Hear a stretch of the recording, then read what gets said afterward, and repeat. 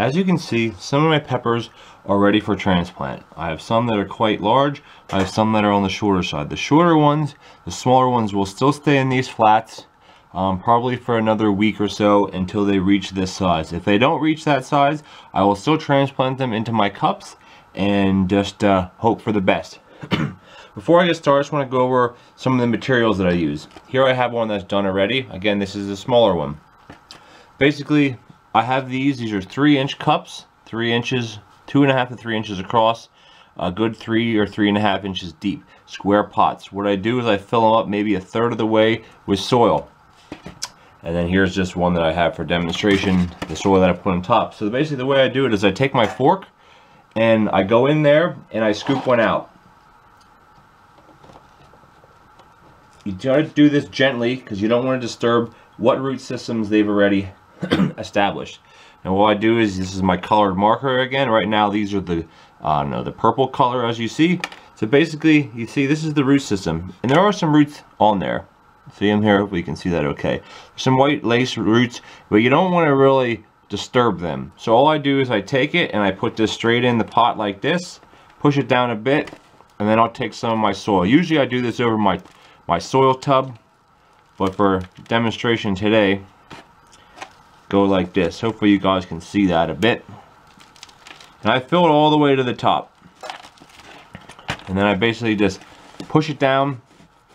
Again, if it's not, as you see, it's not centered in the pot, that doesn't really matter that much. You know, because the roots will find their way to the edge of this pot, to the edge. So, I mean, you want to try to center it as much as you can, because the more the moisture will stay to the middle of the pot, then along the edges, it'll dry along the edges a lot quicker. Excuse me. But it's not a huge deal. So then basically that's all you do. And I get my marker back here. Again, if you use wood or something, these may get a little like not rotten, but you know, they get a little soft. But you can use the same ones, different ones.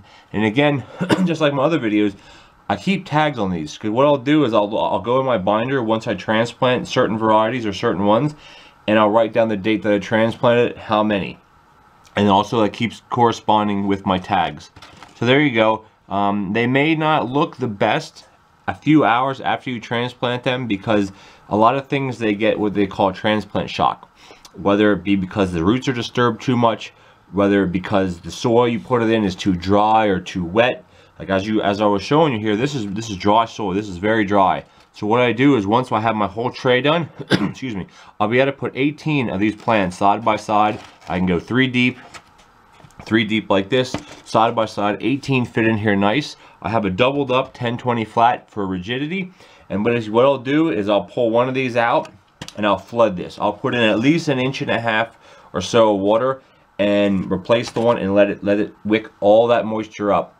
Once they're in bigger containers, you usually don't have to water them as much, because there's more soil there to hold the moisture. In here I was watering these quite a bit, and it's hard to do these because the containers are so small. So you try to bottom water, but then some get water that don't need it, and then they rot, they dampen off, what have you. But anyway, these are a little bit more forgiving in my experience. I still try to bottom water whenever I can, but when it's time to spot water, which means if there are some drying out, I'll water from the top, because it's hard to water from the bottom when you're doing spot watering, unless you take the seedling out and put it in a separate container, and sometimes that's not really worth it. So as long as you're careful when you're doing your watering, you're not getting water all over the leaves or everything, and especially if you're in a controlled environment where you can have a little bit of a fan, or you're not going to get, you know, bugs or anything, is not as crucial than as if you have it outside. So basically that's how I transplant my peppers. Now some people will cut off these 2 bottom leaves. These are actually the, I'm not sure if they're called the cotyledon. I think that may be the term.